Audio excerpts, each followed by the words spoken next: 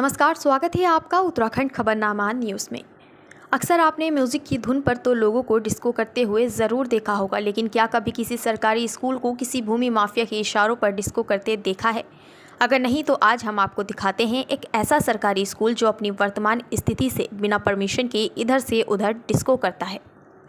और सरकारी स्कूल को डिस्को कराने वाले माफिया के आगे नौकरशाही अधिकारी कार्यवाही में कतरा रहे हैं। अब माफिया का राशुक कहें या फिर माफिया का सिस्टम। उत्तराखंड के मुख्यमंत्री पुष्कर सिंह धामी भले शिक्षा को बढ़ावा देने के साथ साथ अवैध अतिक्रमण भूमि जिहाद के खिलाफ अभियान क्यों न चला रहे हों,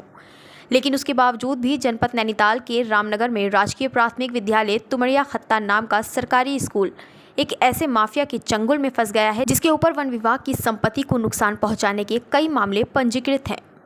और अब वन भूमि पर अवैध कब्जा करने के लिए सरकारी स्कूल को अपनी शतरंज का मोहरा बनाया हुआ है, जो धीरे धीरे जंगल के हरे पेड़ पौधों को नष्ट कर सरकारी स्कूल को वर्तमान स्थिति से खिसकाता रहता है और धीरे धीरे जंगल की संपत्ति पर स्कूल के नाम पर अवैध कब्जा करने में लगा है। जिनके कंधों पर क्षेत्र के स्कूलों की जिम्मेदारी है, उन जिम्मेदार अधिकारियों को दफ्तर में बैठकर किसी भी घटना की कानो कान खबर नहीं लगी, या फिर यूँ कहें कि खबर होने के बाद भी बेखबर हो जाते हैं। इस माफिया के खिलाफ शिक्षा विभाग के अधिकारियों की कलम में स्याही तक नहीं बची कि ऐसे माफिया के खिलाफ कुछ कार्यवाही की जाए। इतना ही नहीं, इस माफिया के आगे शिक्षा विभाग के अधिकारी ही नतमस्तक नहीं बल्कि वन विभाग के क्षेत्रीय रेंजर भी इस पर कार्यवाही करने पर असमर्थ नजर आ रहे हैं, जिस पर तराई पश्चिमी डिवीज़न के डीएफओ प्रकाश चंद्र ने एक्शन लिया है और शिक्षा विभाग को नोटिस देने की तैयारी में जुट गए हैं। डीएफओ प्रकाश चंद्र आर्य का कहना है कि मेरे संज्ञान में मामला जैसे ही आया मैंने पूरे मामले की जांच के आदेश दे दिए और अब शिक्षा विभाग को नोटिस देकर पूछा जाएगा कि सरकारी स्कूल कैसे हमारी सरकारी संपत्ति में डिस्को कर रहा है।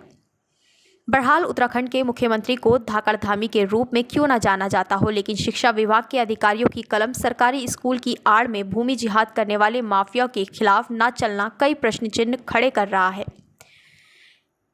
क्या उत्तराखंड के मुख्यमंत्री पुष्कर सिंह धामी का कंट्रोल शिक्षा विभाग पर नहीं, या फिर मुख्यमंत्री के आदेश शिक्षा विभाग के अधिकारियों पर लागू नहीं होते? लगातार क्षेत्र में अवैध तरीके से सरकारी विभाग के स्कूल और सरकारी विभाग की संपत्ति को मनमर्जी तरीके से नुकसान पहुंचाने वालों के खिलाफ कार्यवाही करने में क्यों विभागीय अधिकारी नतमस्तक हैं? ये जो तुमड़िया खत्ता है वहाँ पर जो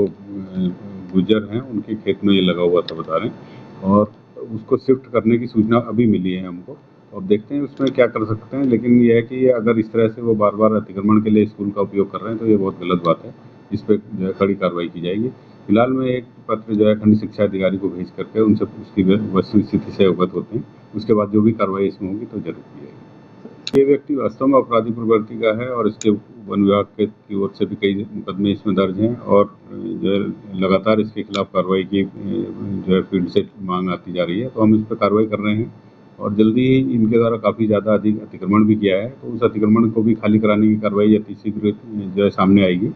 तो ये स्कूल का जो मैटर है इसको हम लोग देखते हैं कि इस तरह से इसने कैसे स्कूल की आड़ लेकर के अतिक्रमण कर रहा है, ये भी देखने ही मेरे को तो जानकारी नहीं है, आप ही से जानकारी मिल रही है। अभी तो विद्यालय बंद चल रही है, ग्रीष्मकालीन अवकाश चल रहा है, तो जैसे ही स्कूल खुलता है मैं स्वयं भी विजिट करूंगा उसमें। अगर ऐसा है तो चूँकि वो बंद खत्तों में, तुमड़िया डैम खत्तों में ही स्कूल है, तो विद्यालय के नाम तो ज़मीनें है नहीं उसमें, तो इसमें जांच करने के उपरांत ही मैं कुछ कहने की स्थिति में होऊंगा क्या है वास्तव। तो आप सिर्फ मुझे अभी बता रहे हैं, ना ही मेरे प्रधानाध्यापक ने कोई शिकायत की है इस टाइप की। तो जैसा आप बता रहे हैं मेरे संज्ञान में अब ये मैटर आया है, तो जैसे ही विद्यालय खुलते हैं जुलाई में मैं बात करूंगा संबंधित प्रधानाध्यापक से भी और अभिभावकों से भी, जा करके मैं स्वयं भी विजिट कर लूँगा और जो भी उसमें विधिवत कार्रवाई होगी वो अमल में लाई जाएगी।